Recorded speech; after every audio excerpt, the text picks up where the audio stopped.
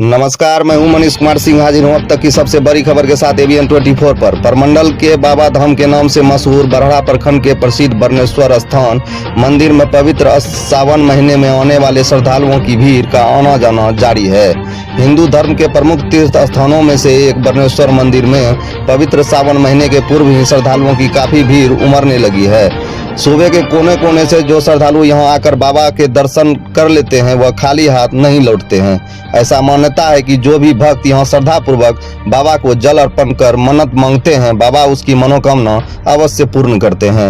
यूं तो सभी दिन यहां श्रद्धालुओं की काफी भीड़ लगी रहती है, परंतु सावन मास एवं शिवरात्रि के मौके पर यहां भक्तों की काफी लंबी कतार लग जाती है, जिसको नियंत्रण करने में प्रशासन के भी पसीने निकलने लगते हैं। बाबा को पवित्र श्रावण मास के मौके पर जल अर्पण करने के लिए सहरसा, मधेपुरा, खगड़िया, भागलपुर, किशनगंज, मुंगेर, सुपौल, कटिहार जिले के अलावा पड़ोसी राज्य पश्चिम बंगाल, असम और पड़ोसी देश नेपाल से भी श्रद्धालु गंगा जल लेकर आते हैं। प्राप्त जानकारी के अनुसार पांडवों ने भी की थी बाबा की पूजा। द्वापर युग में महाभारत युद्ध से पूर्व वनवास के दौरान पांडव यहाँ डेरा डाले थे और पांडवों को जान से मारने की नियत से दुर्योधन ने इसी वर्णाव्रत में अपने सहयोगी पुरोचन के सहयोग से लाह का घर बनवाया था, जिसमें दुर्योधन ने जब पांडव को मारने की नियत से लाहगिरी को आग के हवाले किया तो पांडव सभी भाई मंदिर के ठीक सामने स्थित शिवगंगा के नीचे से बने सुरंग के रास्ते सकुशल बाहर निकल गए थे।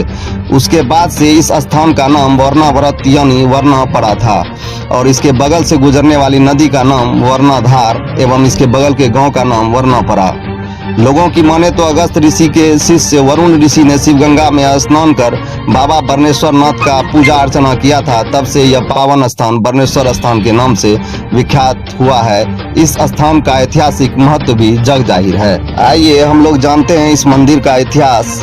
जिला मुख्यालय से लगभग 50 किलोमीटर दूर धमधा मंडल अंतर्गत बी कोठी प्रखंड के मौजूद बाबा बरनेश्वर मंदिर के बारे में कई बातें प्रचलित है।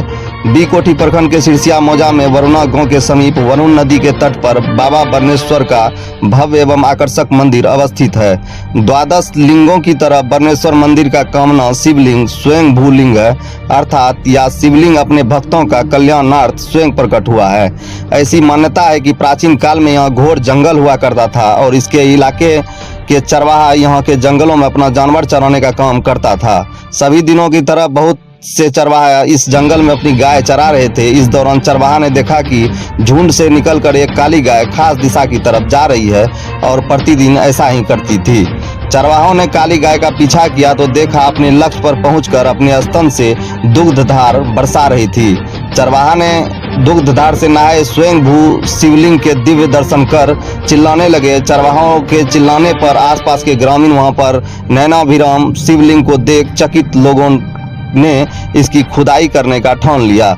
कहा जाता है कि खुदाई करते करते सब थक गए। शिवलिंग से स्वतः लाल रंग का नीर निकलते देखा तो ग्रामीणों ने विधि विधान से इसकी पूजा अर्चना करने का काम किया। इसके बाद स्थानीय लोगों के द्वारा सामूहिक प्रयास से वहां फूस की छतरी बनाई गई और उसके बाद वहां बहदुरा स्टेट के पूर्व मुखिया रणविजय सिंह के पूर्वजों के द्वारा बाबा बरनेश्वर का मंदिर बनाया गया, जो 1934 के प्रलयकारी भूकंप में ध्वस्त हो गया। बाद में पुनः बाबा की प्रेरणा से बिशनपुर ड्योरी के वीर नारायण चंद्र ने मंदिर का निर्माण का श्रेय प्राप्त किया। इस प्रकार समय बीतता गया और बाबा बरनेश्वर स्थान का विकास होता गया। पड़ोस के वर्णा ग्राम के जमींदार रामलाल चंद्र ने बाबा मंदिर के बगल में पार्वती मंदिर का निर्माण करवाया। वहीं जन सहयोग से परिसर में राम जानकी मंदिर एवं हनुमान मंदिर भी बनाए गए और बिहारीगंज के मधुपुरा के एक मरवारी ने मंदिर के दक्षिणी हिस्से में एक धर्मशाला भी बनवाया है।